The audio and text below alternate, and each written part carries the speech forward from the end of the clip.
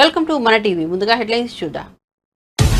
హైడ్రా పేరుతో వసూళ్లకు పాల్పడితే చర్యలు తప్పవని సీఎం రేవంత్ రెడ్డి హెచ్చరిక. కొంతమంది అధికారులు హైడ్రా పేరుతో బెదిరిస్తున్నట్టుగా ఫిర్యాదులు వచ్చాయన్న సీఎం. గతంలో ఇచ్చిన నోటీసులను అడ్డం పెట్టుకుని బెదిరిస్తున్నట్లు తెలిసిందని వ్యాఖ్య. వసూళ్లకు పాల్పడే వారిపై దృష్టి సారించాలని విజిలెన్స్ కు సీఎం ఆదేశాలు. ఫామ్ హౌస్ లో తీవ్ర భావోద్వేగం. కవితను ఆప్యాయంగా హత్తుకున్న కేసీఆర్. బెయిల్ పై తిహార్ జైలు నుంచి బయటకు వచ్చిన కవిత. ఫామ్ హౌస్ లో తండ్రి పాదాలకు నమస్కరించిన కవిత. కవిత రాకతో కోలాహలంగా ఫామ్ హౌస్.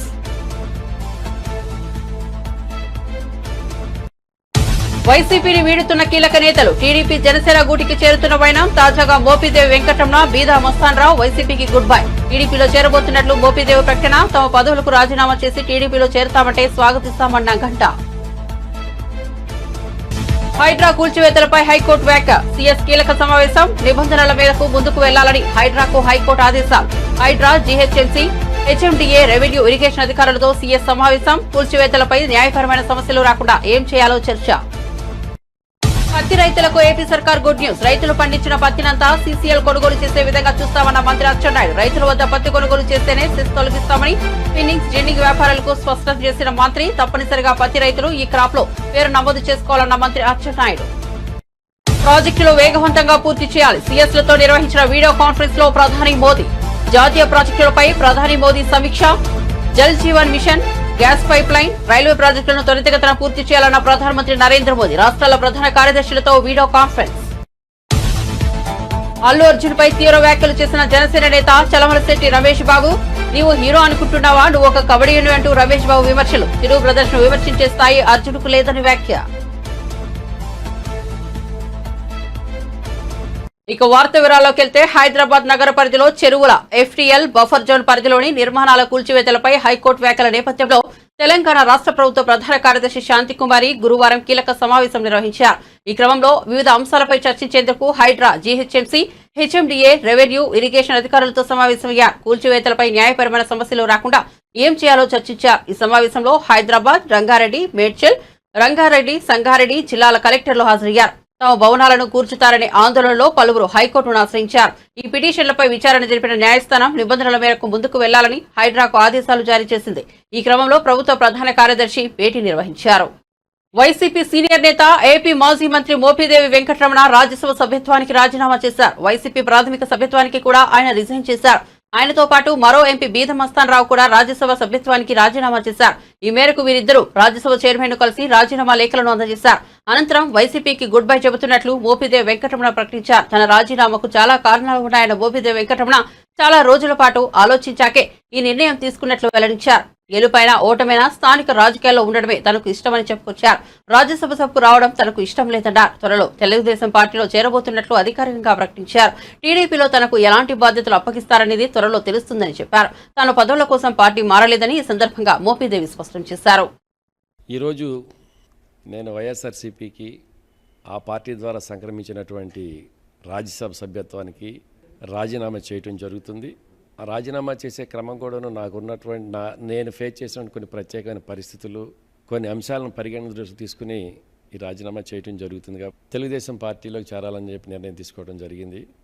దానికి కారణం కూడాను సుదీర్ఘ రాజకీయ అనుభవం ఉన్నటువంటి వ్యక్తిగా గౌరవ ముఖ్యమంత్రి చంద్రబాబు నాయుడు గారు ఈ రాష్ట్రాన్ని అభివృద్ధి పదంలో ముందుకు తీసుకుని వెళతారు అనేటువంటి ఒక నమ్మకంతో తెలుగుదేశం పార్టీతోటి కలిసి ప్రయాణం చేయాలని చెప్పి నిర్ణయం తీసుకునే క్రమంలోనే ఈరోజు ఈ పరిణామాలని. ఇవాళ నేను, బీదా మస్తాన్ రావు గారు ఇద్దరం కూడా రాజీనామా చేస్తున్నాం. మాతో పాటు ఇంకెంతమంది రాజీనామా చేయడానికి సిద్ధంగా ఉన్నారనేటువంటిది మాకన్నా ఎక్కువగా మీకే తెలుస్తుంది.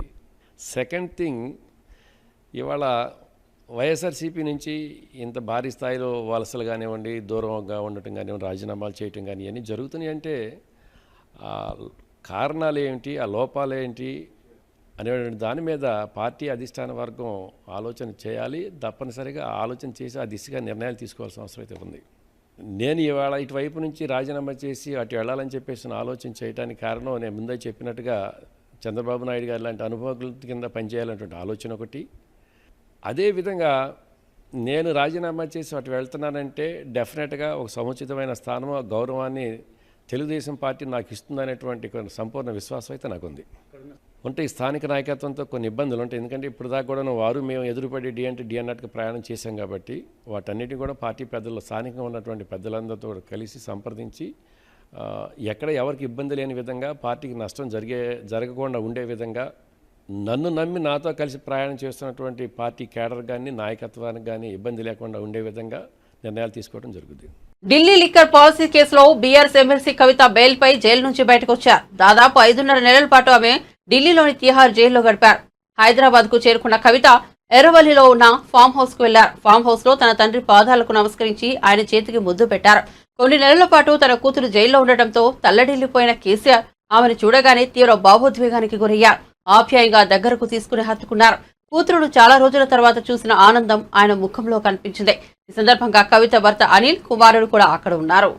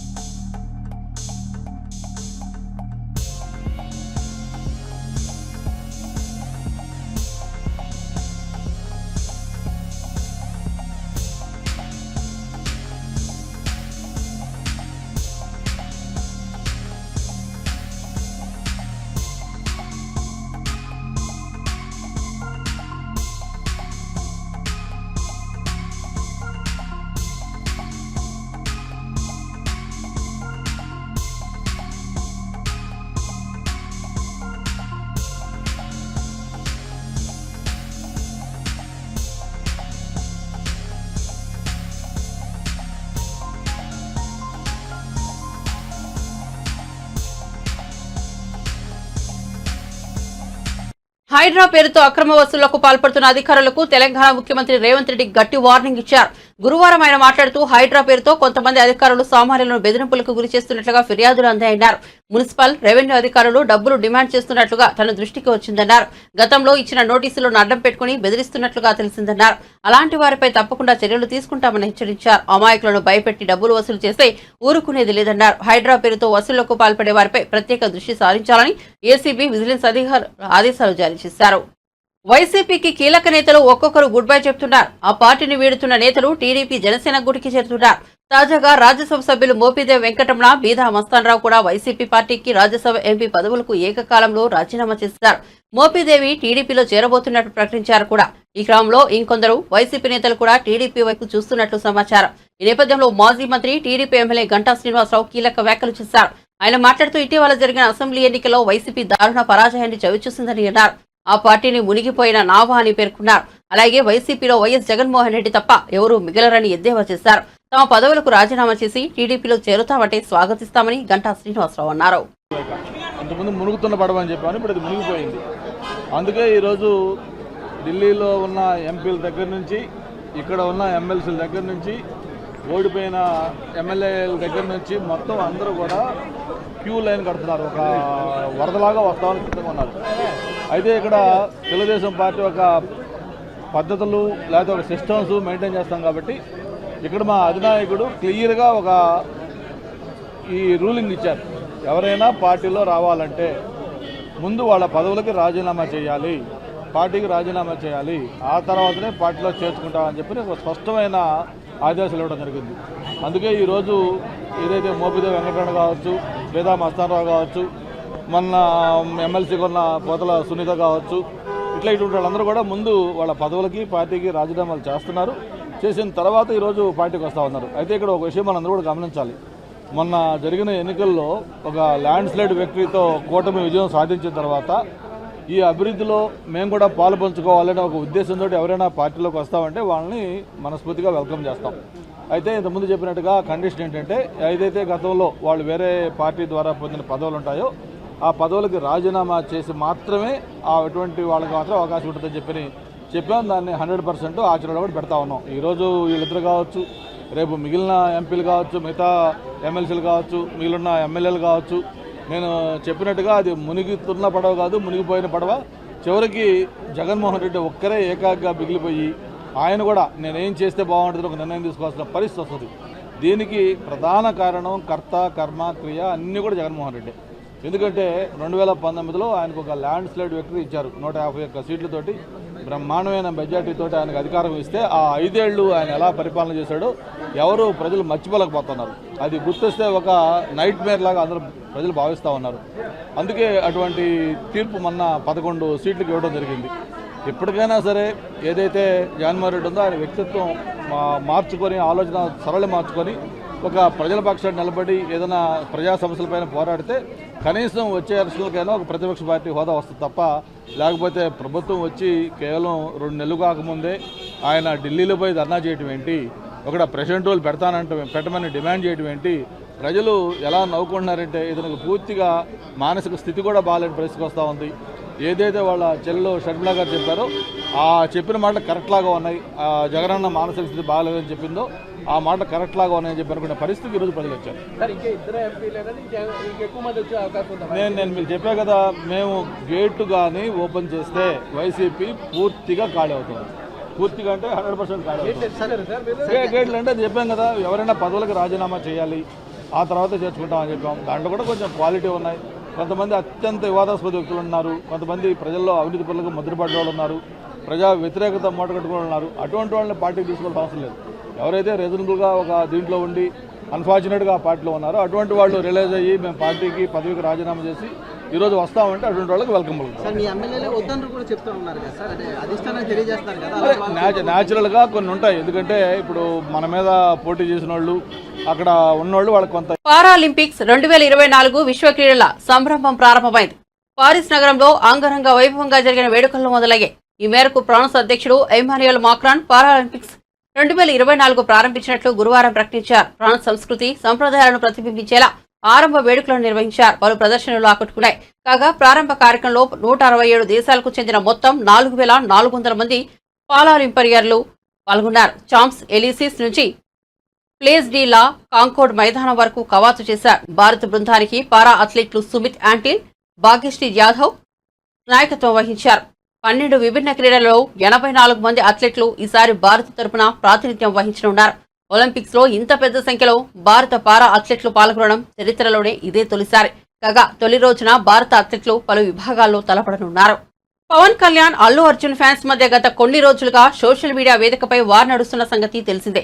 ఇటీవల ఏపీ అసెంబ్లీ ఎన్నికల సమయంలో మెగా ఫ్యామిలీ మొత్తం పవన్ కళ్యాణ్ గెలుపునకు పిఠాపురంలో ఎన్నికల ప్రచారంలో పాల్గొనగా అల్లు అర్జున్ నంద్యాలలో తన మిత్రుడు వైసీపీ అభ్యర్థి శిల్పారవి గెలుపునకు ప్రచారం చేశారు. అప్పటి నుండి అల్లు అర్జున్ ను మెగా ఫ్యాన్స్ టార్గెట్ చేస్తూ విమర్శలు గుప్పిస్తున్నారు. ఇదే క్రమంలో మెగా ఫ్యామిలీని కించపరిచేలా అల్లు అర్జున్ పేరుతో సోషల్ మీడియాలో ఓ ట్వీట్ వైరల్ కావడంతో మెగా ఫ్యాన్స్ రగిలిపోయారు. జనసేన నేతలు మీడియా ముందుకు వచ్చి మరీ అల్లు అర్జున్ పై తీవ్ర స్థాయిలో కామెంట్స్ చేస్తున్నారు. తాజాగా కృష్ణా జిల్లా గండవరం నియోజకవర్గ జనసేన పార్టీ సమన్వయకర్త చలమలశెట్టి రమేష్ బాబు అల్లు అర్జున్ పై తీవ్ర వ్యాఖ్యలు చేశారు. బాపులపాడు మండలం హనుమాన్ జంక్షన్ లో ఏర్పాటు చేసిన మీడియా సమావేశంలో చలమలశెట్టి రమేష్ బాబు ఘాటు వ్యాఖ్యలు చేశారు. అల్లు అర్జున్, నీవు హీరో అనుకుంటున్నావా? కమెడియన్ మాత్రమే. చిరంజీవి, పవన్ కళ్యాణ్, నాగబాబు అండ చూసుకుని సినిమాల్లోకి వచ్చావు. వారిని విమర్శించే స్థాయి నీకు లేదు అంటూ రమేష్ మండిపడ్డారు.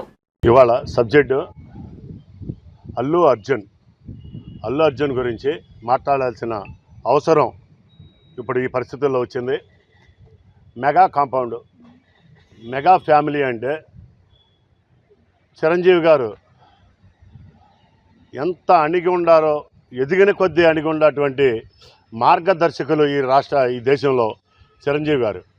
అటువంటి ఎంతో అభివృద్ధి, కష్టపడి ఎంతో అభివృద్ధి చెందినటువంటి చిరంజీవి గారిని ఒక మహావృక్షం, ఒక పచ్చని చెట్టుగా ప్రతి ఒక్కళ్ళు కులాలకు అతీతంగా, మతాలకు అతీతంగా ఆయన్ని ప్రేమించేవాళ్ళు కోట్లాది మంది ప్రజలు ఆయన ప్రేమించారంటే బ్రహ్మాండమైన ఆయన నడక తరతరాలుగా మాట్లాడుకోవాల్సిన అవసరం ప్రతి ఒక్కళ్ళు చిరంజీవి గారి హావభావాల గురించి. అలాగే చిరంజీవి గారితో పాటు ఆ కుటుంబంలో పవన్ కళ్యాణ్ గారు కూడా ఎక్కడ ఫైర్ అవుతున్నారంటే ఆయన ఒక అన్యాయం మీద ఫైర్ అయ్యారు. అంతేగాని అనవసరంగా ఏ వ్యక్తిని ఆయన నోటి నుంచి ఏ రోజున అనవసరమైన పదజాలం ఒక్కసారి కూడా రాలా. వాళ్ళిద్దరిని సమన్వయం చేసుకుంటూ నాగబాబు గారు కూడా అలాగే ఎవరైనా పెచ్చవాగుడు వాగుతే కౌంటర్ వేస్తానికి నాగబాబు గారు వెన్నుదన్నుగా ఉన్నారు వీళ్ళిద్దరికీ. ఇటువంటి ఫ్యామిలీని నుంచి వచ్చి నువ్వు నేర్చుకున్న సంస్కారం ఏమిటి అల్లు అర్జున్? నువ్వు నేర్చుకున్న సంస్కారం నిజంగా హీనమైపోయింది. మేమందరం ఎక్కడెక్కడి నుంచో మారుమూల ప్రజలు ఆయన చూసి మేము ఆయన అడుగుజాడల్లో నడవాలి, ఆయన హావభావాలు కావాలి, ఆయన విధానాలు కావాలని చెప్పేసి అందరం పాటించుకుంటూ పచ్చని మొక్కలు నాటుకుంటున్నాం, రక్తదానాలు చేస్తున్నాం. పుట్టినరోజు సందర్భంగా ఒక కేకులు కట్ చేయడమే కాదు, పేద ప్రజలకి లేకపోతే ఎక్కడ హాస్పిటల్స్లో కానీ ఎక్కడ అనాథులు ఉన్నారో, ఎక్కడ అమాయకులు ఉన్నారో వాళ్ళని ఆదుకోవడానికి వాళ్ళ పిలుపుని అందుకొని అభిమానులుగా ఈ రాష్ట్రంలో అత్యధికంగా తయారయ్యాం. అల్లు అర్జున్ రేపు డిసెంబర్ 6వ తారీఖున నువ్వు మాట్లాడిన దానికి చిరంజీవి గారు, పవన్ కళ్యాణ్ గారు, నాగబాబు గారు వాళ్ళ కాళ్ళు కడిగి ఆ నీళ్లు పబ్లిక్గా మీడియా ముందు నెత్తిన పోసుకుంటే పోసుకో, లేకపోతే ఈ 40 గ్రామాల్లో ఈ మండలం బాపులపాడు మండలం నుంచి హనుమాన్ జంక్షన్ నుంచి మాట్లాడుతున్నాను. ఈ 40 గ్రామాల్లో రేపు డిసెంబర్ 6వ తారీఖున నీ సినిమా రిలీజ్ చేయలేవు. ఏ థియేటర్లోనూ నీ సినిమా ఈ ప్రాంతంలో రిలీజ్ కాదు. ఈ గన్నవరం నియోజకవర్గం మొత్తం కూడా నీ సినిమా రిలీజ్ అవ్వటం మాత్రం ఖచ్చితంగా అవ్వదు. ఒక్క ఫ్లెక్సీ కట్టేవాడు ఉండడు. ఇది ఛాలెంజ్ చేసి చెప్తున్నాను.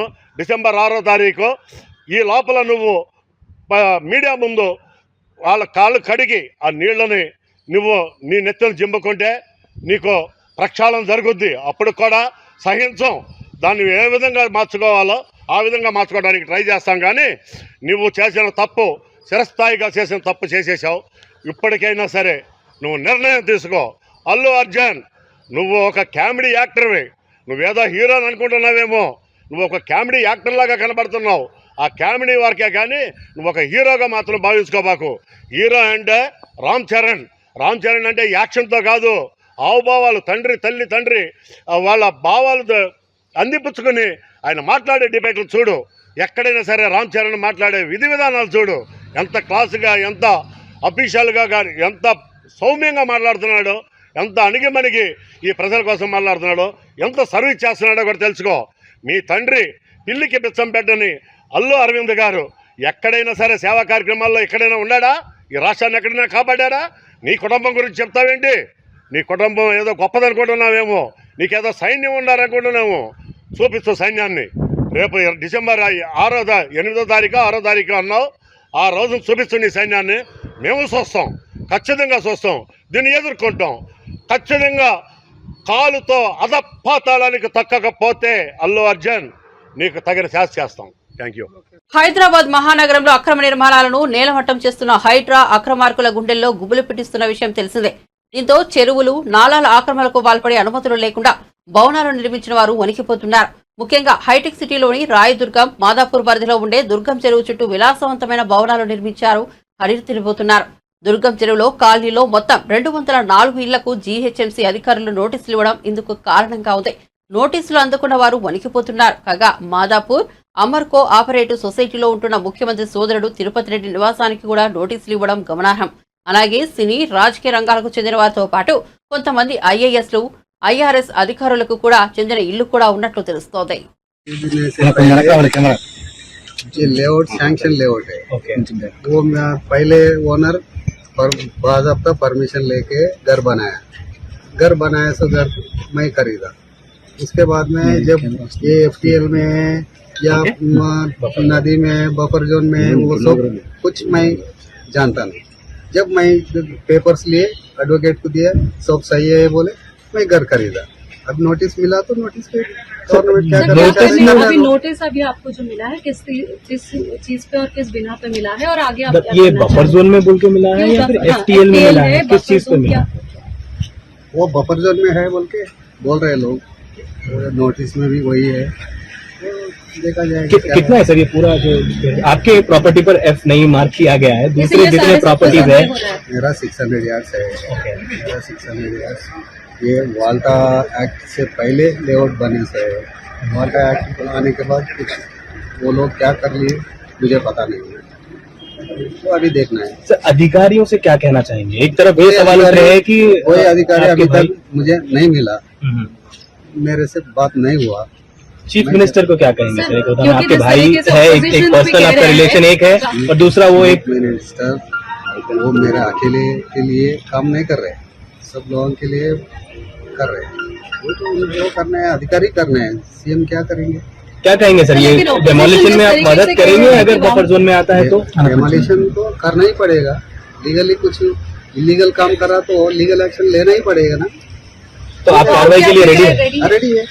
अभी घर और दूसरे प्रॉपर्टीज भी इस चीज की जब्त में आ रहे हैं, और खास करके आपके प्रॉपर्टी को लेकर काफी दिन से चर्चा चल रही है। बीआरएस के नेता ट्वीट कर रहे हैं, ड्रोन विजुअल्स लगा रहे हैं, सैटेलाइट विजुअल्स लगा रहे हैं। बीआरएस लोग मेरे को लेके ये सब कॉलोनी वाले को वो तो मुसीबत में पड़ा दिए।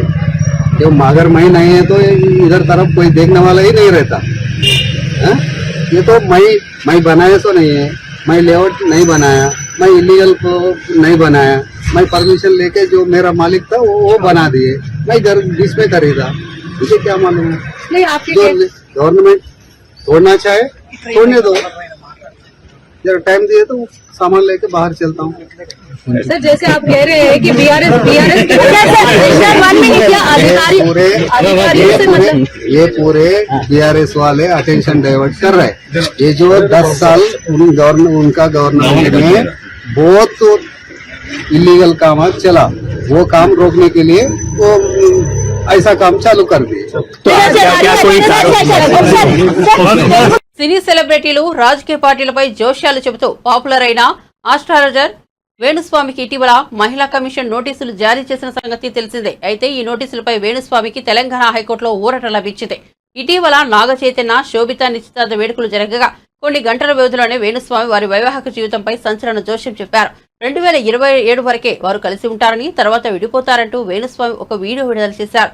వేణుస్వామి ఈ రకంగా జోష్యం చెప్పడంపై తీవ్ర స్థాయిలో విమర్శలు వచ్చాయి. అయితే ఆయన చెప్పిన జోష్యంపై తీవ్ర అభ్యంతరం వ్యక్తం చేస్తూ తెలుగు ఫిలిం జర్నలిస్ట్ అసోసియేషన్ తో పాటు దాని అనుబంధ సంస్థ Telugu film digital media association Telangana మహిళా కమిషన్ కు వేణుస్వామిపై ఫిర్యాదు చేశాయి. ఫిర్యాదు స్వీకరించిన మహిళా కమిషన్ చైర్పర్సన్ నేరెళ్ల శారద వేణుస్వామికి నోటీసులు జారీ చేసింది. మహిళా కమిషన్ నుండి విచారణ ఎదుర్కోవాల్సి రావడంతో ఆ నోటీసులను సవాల్ చేస్తూ వేణుస్వామి హైకోర్టును ఆశ్రయించారు. వేణుస్వామి పిటిషన్ను విచారణకు స్వీకరించిన తెలంగాణ హైకోర్టు కీలక వ్యాఖ్యలు చేసింది. నాగ చైతన్య శోభితకు లేని సమస్య మీకెందుకు అంటూ ఫిలిం జర్నలిస్ట్ అసోసియేషన్ ను ప్రశ్నించింది. మహిళా కమిషన్ నోటీసులు చెల్లవంటూ కోర్టు తీర్పిచ్చింది. రాష్ట్రంలో రైతులు పండించిన పత్తినంతా సీసీఎల్ కొనుగోలు చేసే విధంగా చర్యలు తీసుకుంటామని ఏపీ మంత్రులు అచ్చెన్నాయుడు, సవిత పేర్కొన్నారు. రాష్ట్రంలో పత్తి సాగు, ఉత్పత్తి పెరగడంతో పాటు రైతులకు ఆర్థిక భరోసా కలిగేలా నూతన వంగడాల అభివృద్ధికి చర్యలు తీసుకుంటామని అన్నారు. రాష్ట్రంలో రైతుల దగ్గర పత్తి కొనుగోలు చేస్తేనే సెస్ తొలగిస్తామని పత్తి స్పిన్నింగ్స్, జెండింగ్ వ్యాపారులకు మంత్రులు స్పష్టం చేశారు. పత్తి రైతుల దగ్గర మొత్తం పంట కొనుగోలు చేసేలా సీసీఎల్ కు కేంద్రానికి లేఖ రాయనున్నట్లు వెల్లడించారు. బుధవారం రాష్ట్ర సచివాలయంలో వివిధ శాఖల అధికారులతో కలిసి పత్తి పరిశ్రమ సమస్యలపై మంత్రులు సమీక్షా సమావేశం నిర్వహించారు. ఈ సందర్భంగా మంత్రి సవిత మాట్లాడుతూ రాష్ట్రంలో 2017-18లో 20.50 లక్షల బేళ్ల పత్తి ఉత్పత్తి జరగగా 2023-24లో 11.58 లక్షల బేళ్ల ఉత్పత్తి తగ్గిపోయిందన్నారు. ప్లాస్టిక్ గోనె సంచిలో పత్తిని ప్యాకింగ్ చేయడం వల్ల జిన్నింగ్ సమయంలో వ్యర్థాలు బయటపడుతున్నాయన్నారు. దీనివల్ల పత్తి నాణ్యత దెబ్బతినడంతో పాటు ధర కూడా తగ్గుతోందని, దీనివల్ల రైతులు ఆర్థికంగా నష్టపోతున్నారని మంత్రి అన్నారు. హైదరాబాద్ లోని గచ్చిబౌలిలో బుధవారం రాత్రి దారుణం చోటు చేసుకుంది. ఏడాదిగా వెంటపడుతున్నా పెళ్లికి ఒప్పుకోలేదనే కోపంతో ఓ యువకుడు విచక్షణ కోల్పోయాడు. స్నేహితురాలపై కత్తితో దాడి చేసి చంపేశాడు. అడ్డొచ్చిన ఆమె స్నేహితురాలపైన దాడి చేశాడు. ఆపై అక్కడి నుంచి వెళ్లి ఆత్మహత్యకు ప్రయత్నించాడు. పోలీసులు కేసు నమోదు చేసుకుని దర్యాప్తు చేస్తున్నారు. పోలీసులు తెలిపిన వివరాల ప్రకారం పశ్చిమ బెంగాల్కు చెందిన దీపన థమాంగ్ నల్లగండ్లలో బ్యూటీషియన్ గా పనిచేస్తోంది. గోపన్పల్లి తండా సమీపంలో స్నేహితురాలతో కలిసి ఉంటోంది. దీపనకు కర్ణాటకకు చెందిన రాకేష్ తో కొంతకాలంగా పరిచయం ఉంది. ఈ క్రమంలోనే పెళ్లి చేసుకుందామంటూ రాకేష్ ఒత్తిడి చేస్తుండగా దీపన నిరాకరిస్తూ వస్తోంది. దాదాపు ఏడాదిగా వెంటపడుతున్న రాకేష్ బుధవారం రాత్రి ఉన్మాదిగా మారాడు. యువతి ఉంటున్న ఇంటికి వెళ్లి ఆమెపై కత్తితో దాడి చేశాడు. తీవ్ర గాయాలతో దీపన అక్కడికక్కడే చనిపోయింది. దీపనను కాపాడేందుకు ప్రయత్నించిన ఆమె స్నేహితురాలకు గాయాలయ్యాయి. తర్వాత అక్కడి నుంచి మీనాబాద్ సమీపంలోని కనకమామిడి వద్ద ఓ విద్యుత్ స్తంభం ఎక్కి రాకేష్ ఆత్మహత్యకు ప్రయత్నించాడు. కరెంట్ షాక్ తో కింద పడ్డ రాకేష్ ను స్థానికులు ఆసుపత్రికి తరలించారు. 12 గంటల టైంలో ఒక 100 డైల్ వచ్చింది నాకు. మేము గోపన్పల్లి తండా దగ్గర ఒక స్త్రీ మీద అటాక్ జరిగిందని ఒక వివాహితం అని చెప్పేసి మాకు సమాచారం వచ్చింది. దాన్ని అనుసరించి అక్కడికి పోయి చూసాము. అక్కడ దీప్నా తమాంగ్ అనే ఒక 20 years అమ్మాయి ఈ పిఎన్కే సెలూన్లో పనిచేస్తుంది. మన అపర్ణ జినాంగ్ అనే ఒక షోరూమ్ ఉంటుంది, అక్కడ దాంట్లో పనిచేస్తే అమ్మాయి. ఆ అమ్మాయితో పాటుగా మరో 3 యువతులు కూడా వాళ్ళ రూమ్లో ఉంటారు. ఈ రాకేష్, ఈ అమ్మాయి వచ్చేసి దీపా తమంగ్ వచ్చేసి వెస్ట్ బెంగాల్ డిస్టిక్, కూచ్ బిహార్ డిస్టిక్, ఆమెది వెస్ట్ బెంగాల్ స్టేట్. ఈ రాకేష్ అనే వ్యక్తి వచ్చేసి బీదర్ డిస్టిక్ కర్ణాటక స్టేట్ ఇతను. వీళ్ళిద్దరూ గతంలో సాన్నిహిత్యంగా ఉన్నారని, ఈ దీప్న ఎవరైతే ఉన్నారో ఆ అమ్మాయి కొన్ని రోజుల నుంచి ఇతనితో సాన్నిహిత్యం లేకుండా వేరే వాళ్ళతోటి దగ్గరగా మెలుగుతుందని అతను కక్ష పెంచుకొని నేను నైట్ వచ్చేసి ఆమెతో మాట్లాడుతుందని చెప్పేసి ఆమె మీద అటాక్ చేయడానికి కత్తితో దాడి చేయడం జరిగింది. ఆమెకు చాలా చోట్ల కత్తిపోట్లై హాస్పిటల్ షిఫ్ట్ చేసిన తర్వాత ఆమె చనిపోయినారు. మిగతా ముగ్గురు ఎవరైతే వాళ్ళ రూమ్మేట్స్ ఉన్నారో వాళ్ళు కూడా బయటకు వచ్చినారు. ఆ అరుపులో విన్నప్పుడు వాళ్ళు ముగ్గురు కూడా వచ్చి ఆమెను కాపాడే క్రమంలో వాళ్ళకు కూడా గాయాలైనాయి. ఒక అమ్మాయికి రిస్ట్ పైన ఒక అమ్మాయికి అయింది, మరొక అమ్మాయికి భుజం కింది భాగంలో తెగిన గాయమైంది, మరొక అమ్మాయికి వీపు వెనకాల వైపున తెగిన గాయాలైంది. ఇద్దరు డిశ్చార్జ్ అయ్యి వెళ్ళిపోయారు ఆల్రెడీ, ఇద్దరు అమ్మాయిలు. ఒక వెనకాల తెగిన అమ్మాయి మాత్రం ప్రస్తుతం హాస్పిటల్లో ట్రీట్మెంట్ తీసుకుంటుంది, డాక్టర్లు మాకు చెప్పారు. మేము అతని పట్టుకునే క్రమంలో నేను ఈరోజు ఎర్లీ మార్నింగ్ సుమారు 4:30 ప్రాంతంలో అతను మొయినాబాద్ అవుట్స్కట్స్లో ఆత్మహత్య ప్రయత్నం చేసినట్టు తెలిసినది. అతను ఎలక్ట్రిక్ వైర్ పట్టుకొని కాలిన గాయాలతోటి అతను ఉండడం గమనించినాము. దాని తర్వాత అక్కడి నుంచి అతన్ని ట్రీట్మెంట్ కొరకు శ్రీకర్ హాస్పిటల్, ప్రైవేట్ హాస్పిటల్కు అత్తాపూర్ షిఫ్ట్ చేసాము. అక్కడి నుంచి మెరుగైన వైద్యం కోసమని ప్రస్తుతము ఉస్మానియా జనరల్ హాస్పిటల్లో అతన్ని అడ్మిట్ చేయడం జరిగింది. అతని కండిషన్ చూసి అతన్ని డిశ్చార్జ్ అయిన వెంటనే అతన్ని ఈ కేసులో అదుపులో తీసుకొని విచారణ చేసి అరెస్ట్ చేశారు. జల్ జీవన్ మిషన్ పథకం కింద ప్రతి ఇంటికి సురక్షిత తాగునీరు అందించేందుకు నిర్దేశించిన పథకాలతో పాటు ప్రాజెక్టులను వేగవంతంగా పూర్తి చేయాలని ప్రధానమంత్రి నరేంద్ర మోదీ ప్రభుత్వ ప్రధాన కార్యదర్శులకు సూచించారు. త్రాగునీరు, జల్ జీవన్ మిషన్, పారిశుద్ధ్యం, జాతీయ రహదారులు, గ్యాస్ పైప్లైన్ నిర్మాణం, రైల్వే ప్రాజెక్టులు, అమృత్ 2.0 వంటి ప్రగతి అంశాలపై బుధవారం ఢిల్లీ నుంచి వివిధ రాష్ట్రాల ప్రభుత్వ ప్రధాన కార్యదర్శులతో ప్రధాని నరేంద్ర మోదీ వీడియో సమావేశం ద్వారా సమీక్షించారు. ఈ సందర్భంగా ప్రధాని మాట్లాడుతూ పారిశుద్ధ్య నిర్వహణ ప్రాజెక్టులను త్వరితగతిన పూర్తి చేయాలన్నారు. పలు రైల్వే, రోడ్డు ప్రాజెక్టులు, నూతన పైప్లైన్లు నిర్మాణ ప్రాజెక్టులను కూడా సకాలంలో పూర్తి చేసేందుకు చర్యలు తీసుకోవాలని ప్రధాని సీఎస్లను ఆదేశించారు. Atal mission for education and urban transformation 2.0 కింద పట్టణాల్లోని ప్రతి ఇంటికి సురక్షిత తాగునీటి సౌకర్యాన్ని కల్పించడం, సీవరేజ్ ట్రీట్మెంట్ ప్రాజెక్టులు, తాగునీటి వనరుల చుట్టూ పార్కుల అభివృద్ధికి సంబంధించిన ప్రాజెక్టులను వేగవంతంగా పూర్తి చేయాలని ప్రభుత్వ ప్రధాన కార్యదర్శులను ప్రధాని ఆదేశించారు. బులెటిన్ ముగించే ముందు హెడ్లైన్స్ మరోసారి చూద్దాం. హైడ్రా పేరుతో వసూళ్లకు పాల్పడితే చర్యలు తప్పవని సీఎం రేవంత్ రెడ్డి హెచ్చరిక. కొంతమంది అధికారులు హైడ్రా పేరుతో బెదిరిస్తున్నట్టుగా ఫిర్యాదులు వచ్చాయన్న సీఎం. గతంలో ఇచ్చిన నోటీసులను అడ్డం పెట్టుకుని బెదిరిస్తున్నట్లు తెలిసిందని వ్యాఖ్య. వసూళ్లకు పాల్పడే వారిపై దృష్టి సారించాలని విజిలెన్స్ కు సీఎం ఆదేశాలు. ఫామ్ హౌస్ లో తీవ్ర భావోద్వేగం. కవితను ఆప్యాయంగా హత్తుకున్న కేసీఆర్. బెయిల్ పై తిహార్ జైలు నుంచి బయటకు వచ్చిన కవిత. ఫామ్ హౌస్ లో తండ్రి పాదాలకు నమస్కరించిన కవిత. కవిత రాకతో కోలాహలంగా ఫామ్ హౌస్.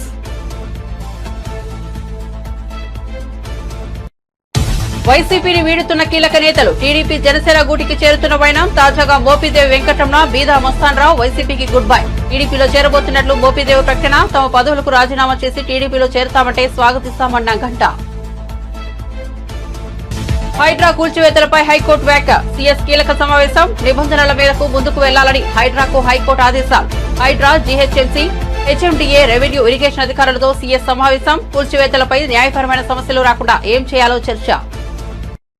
పత్తి రైతులకు ఏపీ సర్కార్ గుడ్ న్యూస్. రైతులు పండించిన పత్తినంతా సీసీఎల్ కొనుగోలు చేసే విధంగా చూస్తామన్న మంత్రి అచ్చెన్నాయుడు. రైతుల వద్ద పత్తి కొనుగోలు చేస్తేనే సెస్ తొలగిస్తామని స్పిన్నింగ్, జిన్నింగ్ వ్యాపారులకు స్పష్టం చేసిన మంత్రి. తప్పనిసరిగా పత్తి రైతులు ఈ క్రాప్ లో పేరు నమోదు చేసుకోవాలన్న మంత్రి అచ్చెన్నాయుడు. ప్రాజెక్టులు వేగవంతంగా పూర్తి చేయాలి. సీఎస్లతో నిర్వహించిన వీడియో కాన్ఫరెన్స్ లో ప్రధాని మోదీ. జాతీయ ప్రాజెక్టులపై ప్రధాని మోదీ సమీక్ష. Jal Jeevan mission, gas pipeline, railway ప్రాజెక్టులను త్వరితగతిన పూర్తి చేయాలన్న ప్రధానమంత్రి నరేంద్ర మోదీ. రాష్ట్రాల ప్రధాన కార్యదర్శులతో వీడియో కాన్ఫరెన్స్. అల్లు అర్జున్ పై తీవ్ర వ్యాఖ్యలు చేసిన జనసేన నేత చలమలశెట్టి రమేష్ బాబు. నీవు హీరో అనుకుంటున్నావా, నువ్వు ఒక కబడ్డీని అంటూ రమేష్ బాబు విమర్శలు. చిరు బ్రదర్స్ ను విమర్శించే స్థాయి అర్జున్కు లేదని వ్యాఖ్య. మరిన్ని అప్డేట్స్ కోసం చూస్తూనే ఉండండి మన టీవీ.